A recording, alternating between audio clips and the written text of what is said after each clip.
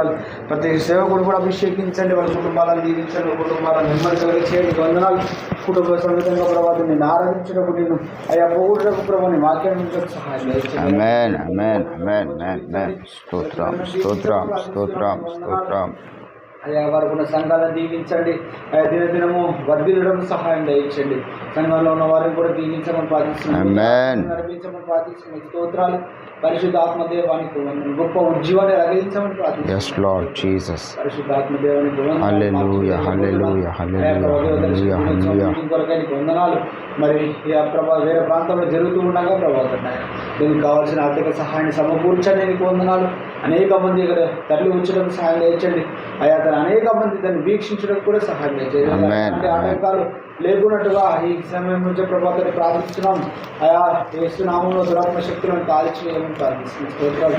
Last time ప్రభావాన్ని నేను దుష్టుడు ఆటంకపరిచినప్పటికీ ప్రభావాన్ని ఈసారి అయా తను ఎలాంటి ఆటంకాలు లేకున్నట్టుగా పరిశీలించమని ప్రార్థిస్తున్నాం. ప్రతి ఒక్కరి దృష్టి దానిపైన వెళ్ళుటకు సహాయం చేయించమని ప్రార్థిస్తున్నాం. గొప్ప ఆయన కావాల్సిన ప్రతిదీ మీరు సమకూర్చి మేము పొందమని ప్రార్థిస్తున్నాం. స్తోత్రాలు.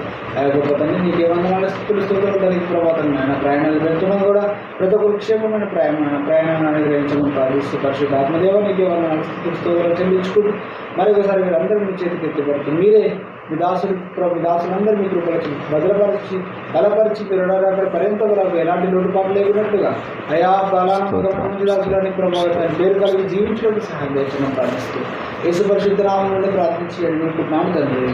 ఆమేన్. నీ ముఖము మనోహరము, నీ స్వరము మాధుర్యము, నీ పాదాలు అపరంజిమయము. యేసయ్యా నా ప్రాణ ప్రియుడా, మనగలనా నిన్ను వీడి క్షణమైన. యేసయ్యా నా ప్రాణ ప్రియుడా, మనగలనా నిన్ను వీడి క్షణమైన. నీ ముఖము మనోహరము, నీ స్వరము మాధుర్యము, నీ పాదాలు పరంజిమయము. నీవే నా తోడువై, నీవే నా జీవమై, నా హృదిలోన నిలిచిన జ్ఞాపికమై. నీవే నా తోడువై, నీవే నా జీవమై, నా హృదిలోన నిలిచిన అను అనువున నీ కృప నిక్షిప్తమై, నన్ను ఎన్నడు వీడని అనుబంధమై. అను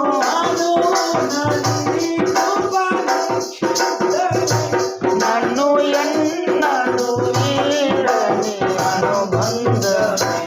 యేసయ్యా నా ప్రాణ ప్రియుడా, మనగలనా నిన్ను వీడి క్షణమైన. యేసయ్యా నా ప్రాణ ప్రియుడా,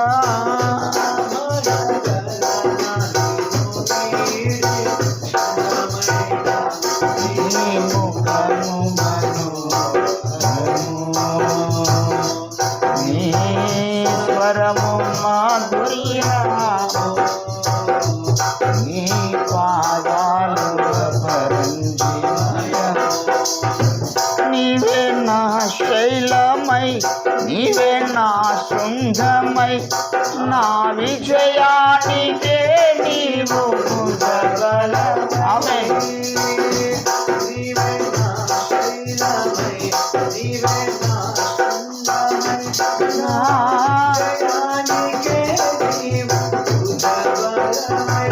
అనుక్షణమున శత్రువుకు ప్రత్యక్షమై, నన్ను వెనుదీయనీయక వెన్ను తట్టి.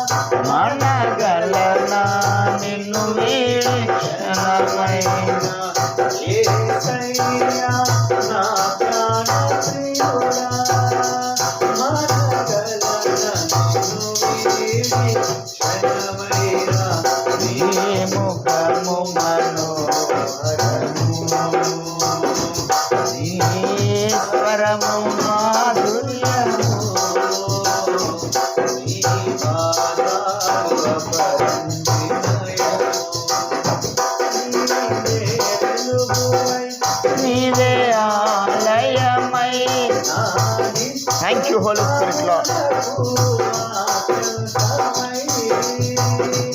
నీవే వెలుగువై నీవే ఆలయమై నా నిత్యత్వమునకు ఆద్యంతమై అమరలోకాన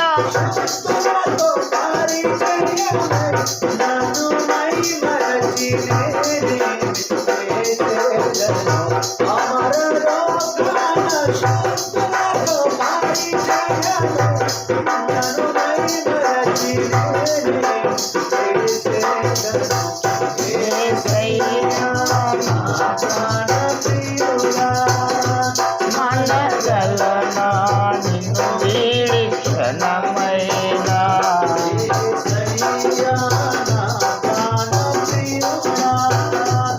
మనగలనా నీ ముఖము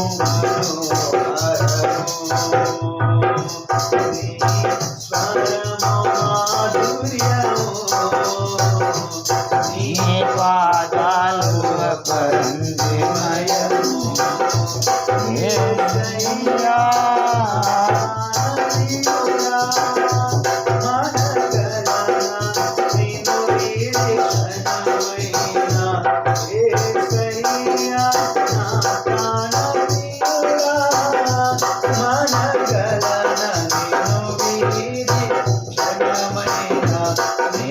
ముఖము మనోహరము నీ స్వరము మాధుర్యము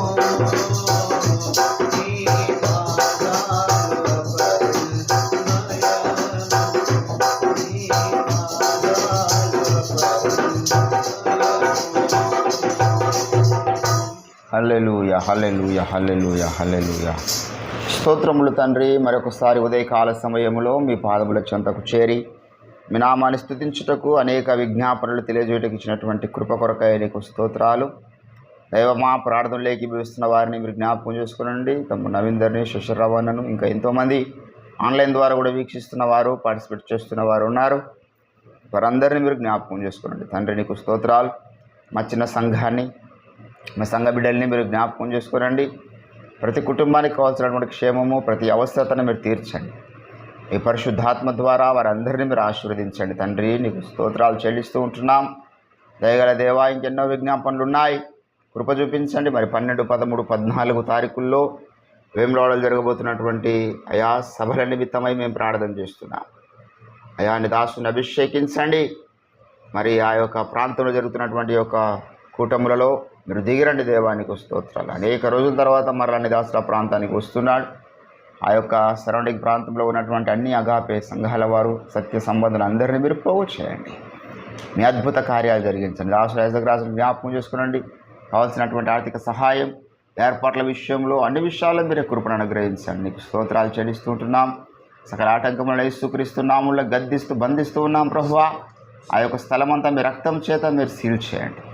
అక్కడ ప్రతి బిడ్డను మీరు అభిషేకించండి. ఆ యొక్క మీటింగ్ నిమిత్తమై ఎన్నో రోజులుగా ప్రార్థిస్తున్నారు. ఈ యొక్క కూటముల ద్వారా గొప్ప రివైవల్ ఆ ప్రాంతంలో కలుగునట్లుగా మీరే కృప చూపించండి. మీ అద్భుత కార్యాలు మీరు జరిగించండి దేవా. నీకు స్తోత్రాలు చెల్లిస్తూ ఉంటున్నాం. దయ చూపించండి కనికర సంపన్నుడా. మరొకసారి స్వరాజ్ పాస్టర్ గారిని బట్టి, రవితేజ గారిని బట్టి, నోపాల్ గారిని బట్టి, అయా ఇంకెందరో ఉన్నారు, వీరందరికీ మంచి ఆరోగ్యం దయచేయండి. వాళ్ళ సేవలో మీరు ఆశీర్వదించండి. మాకు ప్రార్థన విజ్ఞాపనలు కోరుకున్న ప్రతి ఒక్కొక్కరిని మీరు పేరు పేరున జ్ఞాపకం చేసుకున్నాడు తండ్రి. ఎందరైతే అయా మరి ఈ యొక్క సత్య సేవలో ఉన్నారో ఆ ప్రతి దైవజనుని మీరు ఆశీర్వదించండి. నూతన బలము దయచేయండి, నూతన అభిషేకం దయచేయండి, ఆర్థిక సమృద్ధి దయచేయండి. నీకు స్తోత్రాలు. ప్రత్యేకంగా నీ దాసుడు ఫిరయ్య గారిని జ్ఞాపకం చేసుకుని అయ్యా నీ దాసుకున్నటువంటి సకల ఆర్థిక ఇబ్బందులను యేసుక్రీస్తు నామములో గద్దిస్తూ బంధిస్తూ ఉన్నాం. ఓ సమృద్ధిని మీరు దయచేయండి అయ్యా. ఆకాశవాక్యాలను మీరు విప్పండి ప్రభువా. నీకు స్తోత్రాలు చెల్లిస్తూ ఉంటున్నాం. దైవమా మరొకసారి ఇదిగో మా గజ్వల్ ప్రాంతంలో జరుగుతున్న పరిచయంగా మీరు జ్ఞాపకం చేసుకోండి. ఇక్కడ మీరు మాకు ఇచ్చినటువంటి అయా యొక్క స్థలాన్ని బట్టి నీకు స్తోత్రాలు. అయా గృహ యజమానులను బట్టి మేము ప్రార్థన చేస్తున్నాం. అయ్యలీశ్వరరావునని తన కుటుంబాన్ని, తన సతీమణి, తన పిల్లలు మీరు జ్ఞాపకం చేసుకోండి. మోహన్ రావునని తన కుటుంబాన్ని మీరు జ్ఞాపకం చేసుకోండి. కాంతరావునని జ్ఞాపకం చేసుకోండి ప్రభువా. వారిని మీరు దీవించండి. బిడ్డలకి ఇంకా ఆత్మీయతలో మీరు అభివృద్ధి కలగజేయండి. సత్య ప్రత్యక్షత మీరు దయచేయండి. ఆయా దాసున వాళ్ళ కుటుంబాన్ని కూడా మీరు జ్ఞాపకం చేసుకోండి. ఎంతోమంది నిమిత్తమై మేము ప్రార్థన చేస్తున్నాం.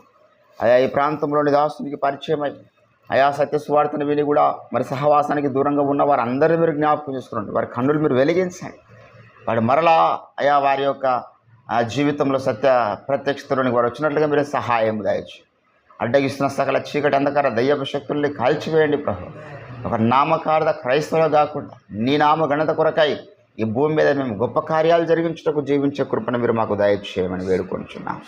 ఈ దినమంతట్లో కావాల్సిన శక్తిని సమృద్ధిని మీరు మాకు దయచేయండి. సకల చీకటి ఆటంకంలో వేస్తున్నాం, గద్దిస్తున్నాం ప్రభువా. నీ యొక్క వాక్కుని ఇప్పుడు మీరు విడుదల చేయండి. కొద్దిసేపు మీ వాక్యం చేత మాతో మీరే మాట్లాడి మహిమ ఘనత ప్రభావములు మీరే పొందుకొని మనం ప్రార్థన చేస్తాం. మమ్మల్ని తగ్గించుకుంటూ మీ నామం నెచ్చిస్తూ యేసుక్రీస్తు అద్భుత శక్తియుత నామం ప్రార్థన సమర్పిస్తుంటున్నాం తండ్రి. ఆమెన్. ఆమెన్.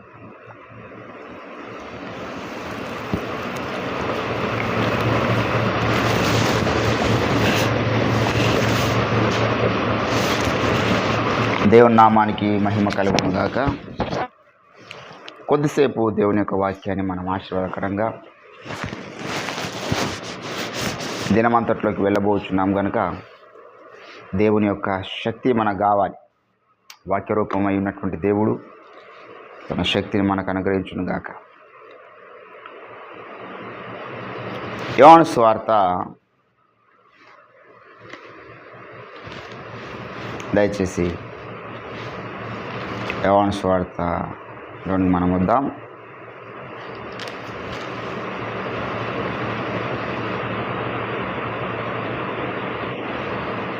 యోహాను సువార్త 5వ అధ్యాయము దయచేసి 17వ వచనం. అయితే నా తండ్రి ఇదివరకు పని చేయుచున్నాడు, నేనును చేయుచున్నానని వారికి ఉత్తరం ఇచ్చాను. ఆయన విశ్రాంతి దినాచారము మీరుట మాత్రమే కాక దేవుడు తన సొంత తండ్రి అని చెప్పి తన్ను దేవునితో సమానుడిగా చేసుకొనెను గనుక ఇందు నిమిత్తము యూదులు ఆయనను చంపవలనని మరి ఎక్కువగా ప్రయత్నము చేసిరి. చదవబడిన లేఖన భాగమును దేవుడు మన వెనుకల్లో ఫలింపచేయను గాక. ప్రభునందు నాకు అత్యంత ప్రియులారా, ఉదయకాల ప్రార్థనకు మరి ప్రత్యేకంగా నేను నా జీవితంలో ఎక్కువ ప్రేమించింది ఉదయకాల ప్రార్థన. దానికి నాకున్న సవాళ్ళు కొన్ని ఏంటంటే, మున్సిపాలిటీ వాళ్ళు పాపం చాలా ఇన్స్పిరేషన్గా నేను తీసుకుంటాను. వాళ్ళు 4 గంటలకే లేచి నేను ప్రేయర్కి వస్తుంటే రోడ్స్ క్లీన్ చేస్తూ ఉంటారు, నూపుతూ ఉంటారు. అరే విచిత్రం అనిపిస్తుంది. నాకు తెలిసి వాళ్ళ జీతము ఒక 10 నుంచి 15 వేల మధ్యలో ఉంటుండొచ్చు. కానీ 4 గంటలకే వాళ్ళు వచ్చి సఫాయి పని చేస్తూ ఉంటారు.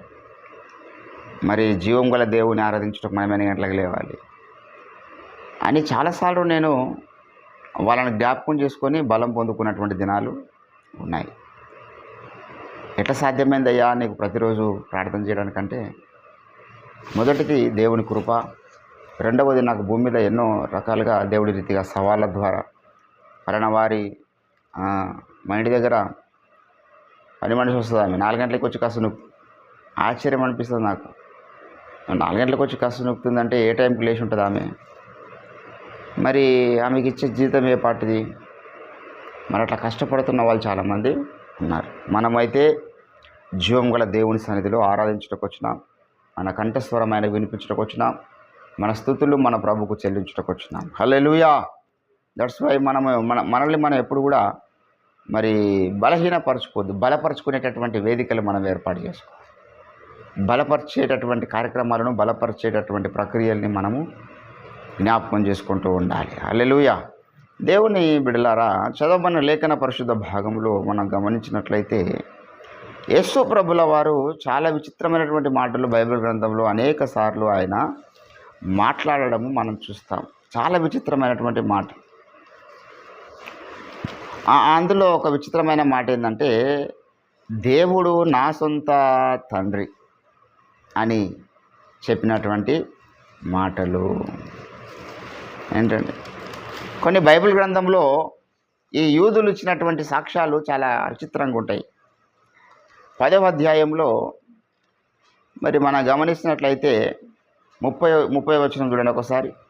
నేనును నా తండ్రి ఏకమై ఉన్నామని వారితో చెప్పాను. యోధులు ఆయనను కొట్టవలనని మరలా రాళ్ళు చేత పట్టుకొని యేసు తండ్రి యొద్ద నుండి అనేకమైన మంచి క్రియలు మీకు చూపితిని, వాటిలో ఏ క్రియను బట్టి మీరు నన్ను రాళ్ళతో కొట్టుదురని వారిని అడిగాను. అందుకు యూదులు, నువ్వు మనుషుడవయ్యుండి దేవుడనని చెప్పుకొనిచున్నావు గనుక అన్నారు. ఏంటండి వీళ్ళు యూదులు అక్కడ ఉన్నటువంటి పరిస్థితిని బట్టి మనం ఆలోచన చేస్తే యేసు ప్రభుల వారిని వాళ్ళు చంపడానికి చూస్తున్నటువంటి కారణాలు ఏంటంటే ధర్మశాస్త్రం వారికి చెప్పినటువంటి విషయాలు.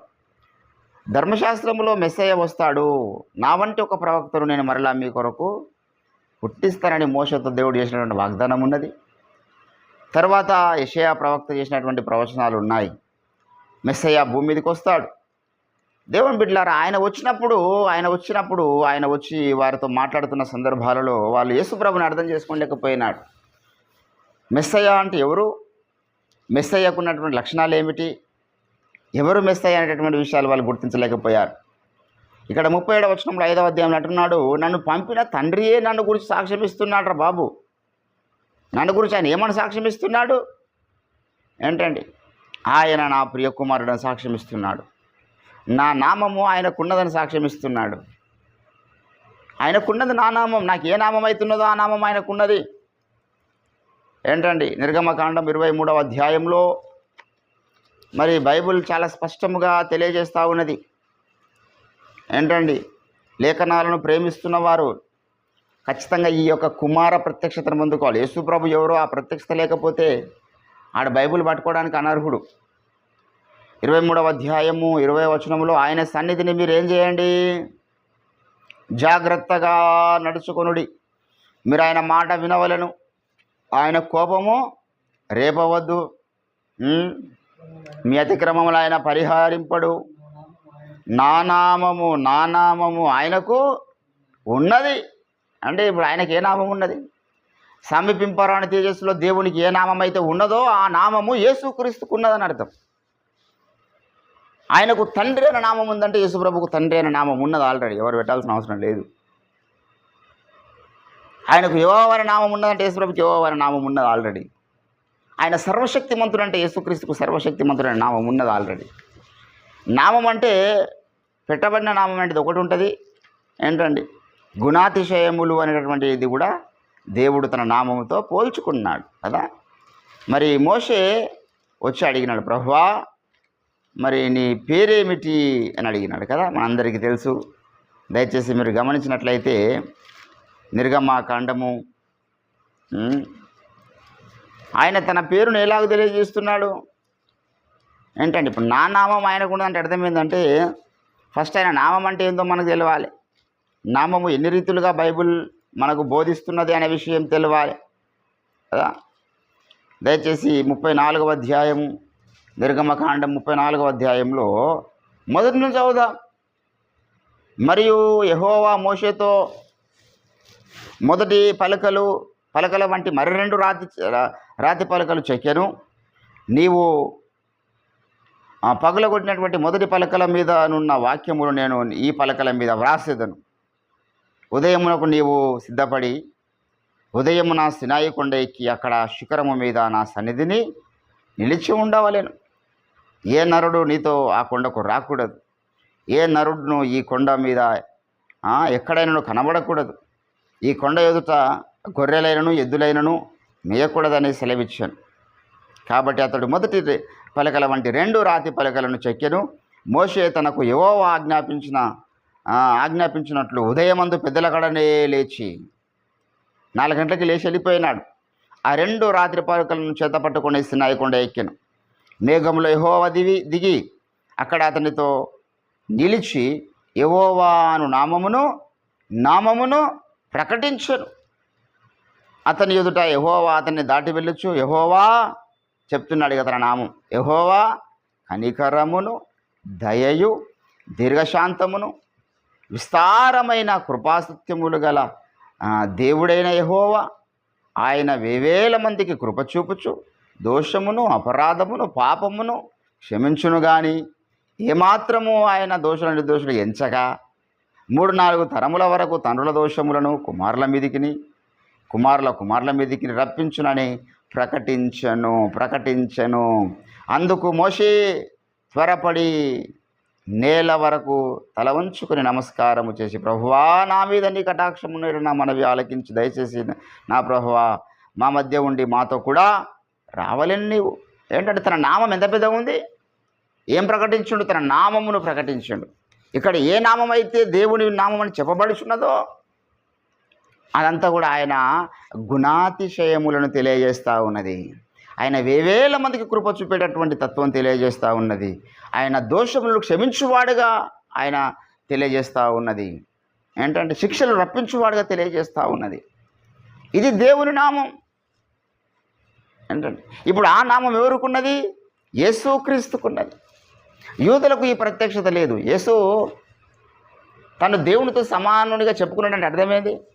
దేవుడు ఏ గుణాతిశయములు కలిగి ఉన్నాడో దేవుని యొక్క సకల గుణాతిశయములను మూర్తి భవించుకొని యేసుక్రీస్తుగా ఈ భూమి మీదకి వచ్చినాడు. అంతే.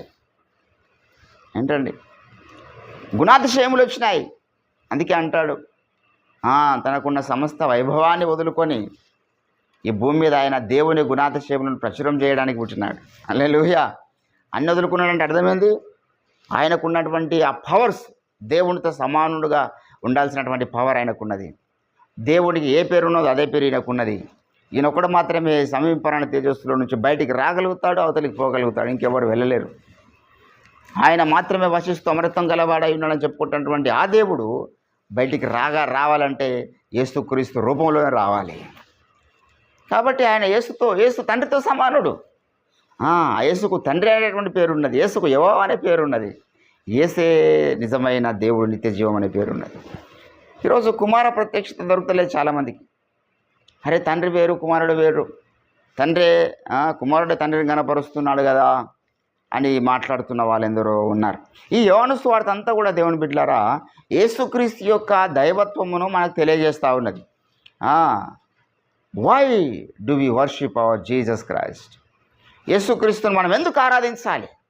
వాట్ ఈస్ ద రీజన్స్ అనే విషయాన్ని మనం జ్ఞాపకం చేసుకుంటా ఉంటే, ఆయన తండ్రి యుద్ధ నుండి దిగి వచ్చినటువంటి తండ్రిలోని ఒక భాగం అనే విషయాన్ని మనకు యోహాను సువార్త తెలియజేస్తూ ఉన్నది. నేను నా తండ్రి ఏకమై ఉన్నామనే విషయాన్ని యోహాను సువార్త తెలియజేస్తూ ఉన్నది. నేను నా తండ్రితో సమానుడనే విషయాన్ని యోహాను సువార్త మనకు తెలియజేస్తూ ఉన్నది. ఎన్ని విలువైన విషయాలు యోహాను సువార్తలో. తండ్రి, లోకం పుట్టక ముందు నీ యొద్ద నాకున్న మహిమ ఏందో ఆ మహిమను వెరిగిన వాడవు కదా. అంటే లోకం అంటే అర్థమేది? దేవతలు పుట్టలే, విశ్వమే లేదు. ఆ సమీపరం తేజ సౌతులో ఉన్నటువంటి మహిమ, తండ్రిలో ఉన్నటువంటి మహిమ కుమారునిలో ఉన్నది. దేవుని బిడ్డలారా, ఆ తండ్రిలో నుంచి ఒక అంశం బయటకు వచ్చి మనకు ఆ యొక్క పరలోకంలో ముగ్గురుగా కనబడతా ఉంది. తండ్రి, కుమార, పరిశుద్ధాత్మలో కనబడుతున్నప్పుడు ఒకటే అంశ యేసుక్రీస్తు యొక్క అంశ. అది ఒక యేసుక్రీస్తు ఆ కుమారత్వం యొక్క అంశ బయటకు వచ్చింది సమీపరాణ తేజస్సులో నుంచి. ఆ అంశ 3 భాగాలుగా విభజింపబడింది. అందులో ఒకటి తండ్రిగా, కుమారునిగా, పరిశుద్ధాత్మగా. అసలు ఈ ముగ్గురు ఒకరే యేసుక్రీస్తు. ఏంటంటే ఆ ప్రత్యక్షత చాలామందికి లేదు. అందుకే యేసుప్రభు అన్నాడు, చాలా సరే మరలా వస్తాంటారు బాబు మీ వద్దకు. ఎట్లా వస్తాడు? పరిశుద్ధాత్మ రూపాన వస్తాడు. ఏంటండి నా తండ్రి రూపంన, నా తండ్రి నన్ను పంపానని చెప్పినటువంటి ఆయసే వెళ్ళి మళ్ళీ నేను పరిశుద్ధాత్మకు వస్తానన్నాడు. నేను నా తండ్రి నామమున వచ్చి ఉన్నానన్నాడు. ఏంటంటే ఇది మురుకులకు అర్థమైతే లేదు. నన్ను చూసిన వాడు నా తండ్రి చూసిన వాడితో సమానం అని యేసుప్రభు అన్న మాట. అరే కొంతమంది తండ్రి పోలికలు కుమారులకు వస్తాయి కదా, కుమారుని చూస్తే తండ్రిని చూసినట్టే కదా, ఆ కోణముడు చెప్పిండు అంటారు. ఏంటంటే మరి తండ్రిని ఎవడని చూసిండా ఇప్పటిదాకంటే?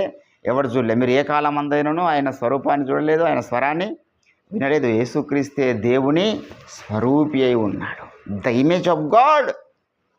ఏంటంటే కొలస్సీలకు రాసినటువంటి పత్రిక సమస్తానికి ఆయన ఏంటండి యేసుప్రభుల వారే ఆది సంబోధుడు. ప్రతిదానికి ఆది సంబోధుడు ఆయన. కొలస్సీలకు రాసినటువంటి పత్రిక దయచేసి 1వ అధ్యాయం 16వ వచనంలో, ఏలైనగా ఆకాశమందున్నవి అయినను భూమి అందున్నవైనను దృశ్యమైనవి కానీ అదృశ్యమైనవి కానీ అవి సింహాసనములైనను ప్రభుత్వములైనను ప్రధానులైనను అధికారులైనను సర్వము సర్వము సర్వము ఆయన యందు సృజింపబడెను. సర్వము ఆయన ద్వారా సృజింపబడెను, ఆయనను బట్టి సృజింపబడెను. ఆయన అన్నిటికంటే ముందుగా ఉన్నవాడు, ఆయనే సమస్తమునకు ఆధారభూతుడు. సంగమను శరీరమునకు ఆయనే శిరస్సు. ఆయనకు అన్నిటిలో ప్రాముఖ్యత కలుగు నిమిత్తము ఆయన ఆది అయ్యుండి మృతుల నుంచి లేచుటలో ఆది సంభూతుడు ఆయన. ఏంటండి, యేసుప్రభుల వారిలో సర్వ పరిపూర్ణత ఉన్నది.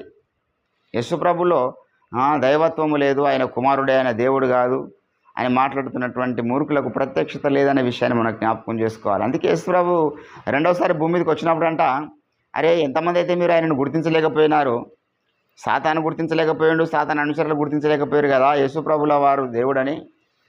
రెండవసారి వచ్చినప్పుడు అంటే అందరూ గుర్తించేట దేవుడు చేస్తారంట. హెబ్రీయులకు రాసినటువంటి పత్రికలో 1వ అధ్యాయంలో పౌలు జ్ఞాపకం చేస్తున్నాడు. ఏమంటాడో తెలుసా? ఆయన మరలా ఆది సంభూతిని రప్పించినప్పుడు అంట భూమి మీదకి, 6వ వచనం, మరియు ఆయన భూలోకమునకు ఆది సంభూతుని మరలా రప్పించినప్పుడు దేవుని దూతలందరూ ఆయనకు నమస్కారము చేయవల్లని చెప్పుచూ ఉన్నాడు. తన దూతలను వాయువులుగాను తన సేవకులను అగ్నిజ్వాలుగా చేసుకున్నవాడు కానీ అని తన దూతల గురించి ఆయన చెప్పుచున్నాడు. కానీ కుమారుని గురించి అయితే ఏమని చెప్పుచున్నాడు? దేవా దేవా, నీ సింహాసనము నిరంతరము నిలిచి ఉన్నది, నీ రాజదండము న్యాయార్థమైనది, నీవు నీతిని ప్రేమించితివి, దుర్నీతిని ద్వేషించితివి.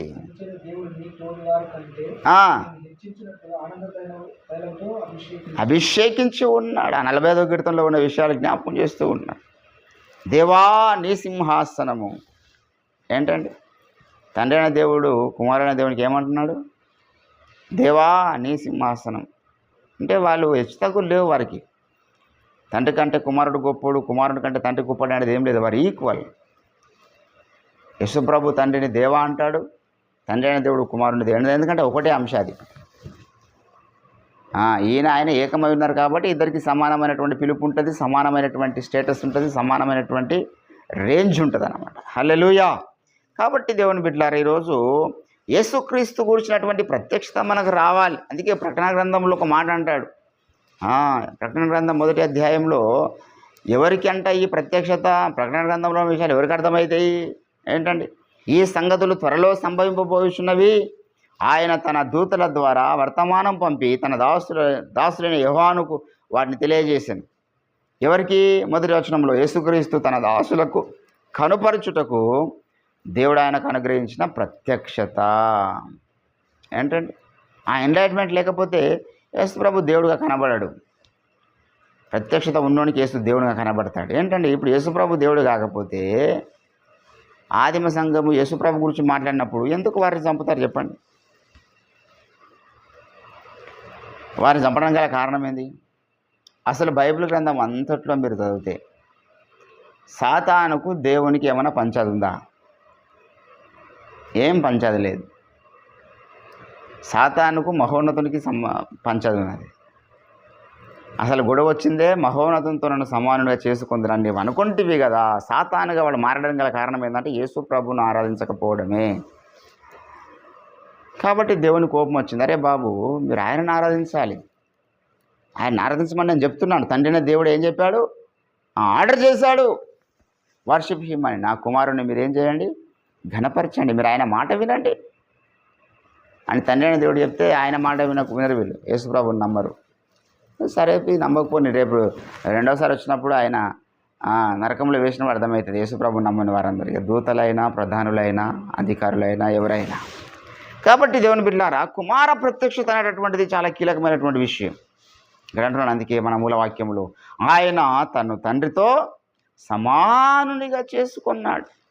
అంటే ఎట్లా సమానంగా చేసుకున్నాడు? దేవుడు నా సొంత తండ్రి అని చెప్పడం తండ్రితో సమానం. స్పిరిచువల్, ఇప్పుడు భౌతిక ప్రపంచంలో ఏ కొడుకైనా ఫలానా వాళ్ళ కన్న తండ్రి నా తండ్రి అని చెప్తాడు. ఆయన నా తండ్రి అని చెప్పినంత మాత్రం వాళ్ళిద్దరు సమానం ఈ లోకంలో కాకపోవచ్చు, తండ్రి కంటే కుమారుడు గొప్పవాడు కాకపోవచ్చు అన్ని విషయాలు. కానీ ఆత్మీయ ప్రపంచంలో ఆయన నా తండ్రి అని చెప్తున్నాడంటే తండ్రితో సమానుడు అయితేనే ఆ మాట చెప్పడానికి అర్హుడు అవుతాడు, లేకపోతే అనర్హుడు. తండ్రితో సమానత్వం లేనటువంటి వాడు తండ్రి నా సొంత తండ్రి అని చెప్పడానికి వీల్లేదు. కాబట్టి యేసుప్రభు అంటున్నాడు ఇక్కడ, తను దేవునితో సమానునిగా చేసుకొనెను గనుక. ఏంటండి, యూదులు అనేక సార్లు యేసుప్రభు మీద అబద్ధపు నిరారోపణలు మోపిరు, కానీ కొన్నిసార్లు యేసుప్రభు యొక్క మాటలు వాళ్ళకి అర్థమైనవి, ఆయన చెప్పుచున్న మాటలు అర్థమయ్యి వాళ్ళు వెంటనే ఆయన మీద రాళ్ళు రువ్వడానికి ప్రయత్నం చేస్తున్నారు. కాబట్టి దేవుని బిడ్డలారా, ఈ యొక్క ఉదయకాల సమయంలో నీవు నేను యేసుక్రీస్తు అనే ఆ ప్రత్యక్షత మనం పొందుకోవాలి. నీకు ఇంకా వేరే ఒక నిమిషం కూడా నువ్వు వేరే దానికి time కేటాయించవు.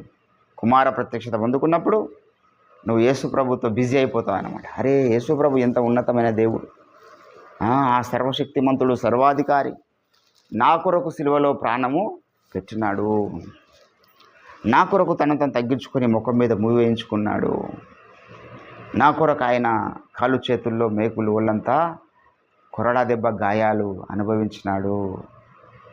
How do we explain about the crucifixion? మనం దాన్ని వివరించలేము దేవుని బిడ్డలారా. ఆయన ఎవరు?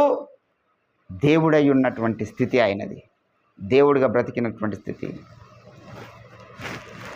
ఇది భూమి మీదకి వచ్చి మన నిమిత్తమై శిలువలో మరణించినాడు కనుక ఈరోజు నీవు నేను మనము మన కొరకు ప్రాణం పెట్టి తిరిగి లేచిన ఆ యేసు మన రక్షకుడు, ఆయనను మనం ఆరాధించాలి, ఆయనను గణపరచాలి. అట్లా అని చెప్పేసి తండ్రిని మనం ఆరాధించొద్దని కాదు. తండ్రిలోని ఒక అంశం ఇందులో ఉన్నది. యేసుని ఆరాధిస్తే తండ్రిని ఆరాధించినట్టే, యేసుని గణపరిస్తే తండ్రిని గణపరిచినట్టే. అందుకే అంటాడు, నన్ను గణపరచువాడు నన్ను పంపిన వారిని కూడా గణపరచుచు ఉన్నాడు. డైరెక్ట్ నువ్వు యేసుప్రభుని గణపరుస్తున్నావు అంటే తండ్రినే గణపరుస్తున్నావు ఇండైరెక్ట్గా. కానీ యేసుప్రభుని పక్కకు పెట్టి తండ్రిని గణపరిస్తే ఆ వర్షిప్ కప్పు కూడా దాటదు. చాలామంది కుమారుని పక్కకు పెట్టినారు, తండ్రిని గణపరుస్తున్నారు. వాళ్ళకి ఇష్టమైన పాట ఒకే ఒక పాట, యెహోవా మా తండ్రి గాడ, యేసుడు మా అన్నగాడ. అదే వాళ్ళ పాట. ఇంకా ఆ పాట మరి రాసిన భక్తులు చాలా అద్భుతమైన ప్రత్యక్షత రాశారు, కానీ పాడుతున్న వాళ్ళంతా అవలగన్లు. యేసుప్రభు మన అన్న మాత్రమే, ఆయన మన పెద్దన్న. దేవుడు మనము ఆరాధించడానికి యోగ్యుడని నెత్తినోరు కొట్టుకుంటున్నారు. వారి ఆరాధనలు దేవునికి ఇష్టం లేవు, వారి పరిచయాలు దేవునికి ఇష్టము లేదు. కాబట్టి దేవుని బిడ్డలారా, ఈరోజు నీవు నేను గమనించాల్సినటువంటి కుమార ప్రత్యక్షత ఏంటంటే, నువ్వు ఈయనను ఆరాధిస్తున్నావంటే, ఈయనను గణపరుస్తున్నావంటే నువ్వు తండ్రిని గణపరుస్తున్నావు. తండ్రి చేత నువ్వు కృప అనుగ్రహింపబడిన వ్యక్తిగా ఉన్నావు. తండ్రి మనకు ఆ యొక్క ప్రత్యక్షత ఇచ్చాడు. అబ్బా తండ్రిని మొరపెట్టే తన కుమారుని ఆత్మను మనకు దేవుడు ఇచ్చినాడు. కనుక ఈ యొక్క ఉదయకాల సమయంలో మరొకసారి యేసుక్రీస్తును గురించినటువంటి రెవల్యూషన్ అంటే ఆ రెవల్యూషన్తో మనం ముందుకు వెళ్ళాలి. ప్రభువుని అడుగుదాం, ప్రభువా మరి ఈరోజు భూమి మీద ఎంతోమంది మేధావులు మరి ఏళ్ల తరబడి పరిశోధన చేసిన వారికి దొరికినటువంటి ఆ ప్రత్యక్షత నాకైతే నువ్వు అనుగ్రహించినావు, కుమార ప్రత్యక్షత అనుగ్రహించినావు. దేవుడు లోకమును ఎంతో ప్రేమించను కాగా తన అద్వితీయ కుమారుని లోకంలోనికి పంపాను, ఆ కుమారుని ఆరాధించమని చెప్పాను, ఆ కుమారుని గణపరచను. దేవుని బిడ్డలారా, ఈరోజు నీవు నేను ఆ కుమారుని పట్ల, ఆ కుమారుడైన దేవుని పట్ల, తండ్రి అయిన దేవుడే కుమారుడిగా వచ్చినటువంటి ఆ యొక్క ప్రత్యక్షత మనం కలిగి ఉన్నట్లయితే, ఆ తండ్రితో సమానమైనటువంటి యేసుక్రీస్తు పట్ల ప్రత్యక్షత మనం కలిగి ఉన్నట్లయితే మన ఆరాధన వ్యర్థం కాదు, మన పరిచర్య వ్యర్థం కాదు. బినా యేసు మసీహ్ అంటే యేసు ప్రభు ద్వారా తప్ప అన్నాడు. యేసు ప్రభువుని పక్కకు పెట్టినటువంటి యెహోవా సాక్షులు కానీ, యేసు ప్రభువుని పక్కకు పెట్టినటువంటి ఏ వ్యవస్థ అయినా అది వర్ధిల్లదు, అది క్షేమాభివృద్ధికరమైనటువంటి వ్యవస్థ కాదు, క్షేమాభివృద్ధికరమైనటువంటి పరిచర్య అసలే కాదు. యేసు ప్రభువుని తక్కువ చేసి మాట్లాడుతూ యేసు ప్రభువును ఆరాధించకూడదు, తండ్రిని ఆరాధించాలని మాట్లాడేవాళ్ళు కానీ, యేసు ప్రభు కుమారుడు మాత్రమే అని మాట్లాడేవాళ్ళు కానీ, యేసు ప్రభు మన జ్యేష్ఠ అన్నయ్య, మన యెహోవా మా తండ్రి, యేసుడు మా అన్న అనేవాళ్ళు కానీ, ఎవరైనా కానీ యేసు ప్రభు విషయంలో ఆ ప్రత్యక్షత లేకుండా, యేసు ప్రభువును గొప్ప చేయకుండా, యేసు ప్రభు విషయంలో కొంచెం ఏదో తక్కువ పడేటటువంటి కొంత మనస్తత్వం ఉన్నా కూడా వారు చాలా దెబ్బతింటారు. ఈరోజు నీవు నేను మనమైతే ఆ స్థితిలో లేము. మన కయ్యగారు రాసినటువంటి పరిశుద్ధ దేవుని గురించిన జ్ఞానం అనేటువంటి బుక్ ద్వారా గొప్ప రెవల్యూషన్ ఇచ్చినాడు సార్వత్రిక సంఘానికి. ఆ బుక్ చాలామంది చదువుతలేరు, చదివినా కొంతమందికి అర్థమవుతలేదు. కనుక ఈరోజు నీవు నేను బైబిల్ గ్రంథంలో ప్రత్యక్షమవుతున్నటువంటి కుమారుడైనటువంటి దేవుడు, మా రక్షణకు ఆధారభూతుడు, మన నీతికి ఆధారభూతుడు, నిత్యత్వం అంతా మన కండ్ల ముందు ఉండేటటువంటి దేవుడు ఆయన. హల్లెలూయా. ఆయనతో మన యుగ యుగాలు రాజ్యం చేయబోతున్నాం కనుక ఆ ప్రభువు పట్ల మనము ఏంటండి ప్రగాఢమైనటువంటి ప్రేమను పెంపొందించుకోవాలి. ఆ ప్రభు యొక్క ప్రేమ సువార్తను లోకానికి మనము ప్రకటించాలి. హల్లెలూయా. ఒక నూతన తీర్మానం తీసుకుందాం రండి. దేవుడి కొద్ది మాటలు మన వెనుకలో ఫలింపచేయును గాక. ప్రభు యేసుని శిష్యుడనై ప్రభు ప్రేమలో పాదుకొని ప్రకటింతును లోకములో పరిశుద్ధుని ప్రేమ కదా.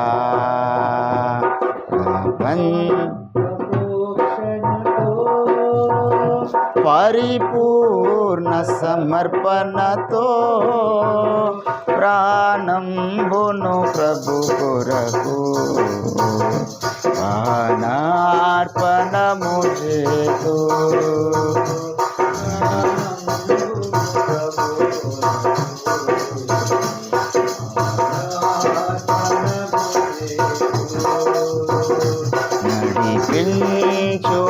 నడిపించునావా నడి సంద్రమున దేవా నవ జీవన మార్గమున జన్మ తరింప.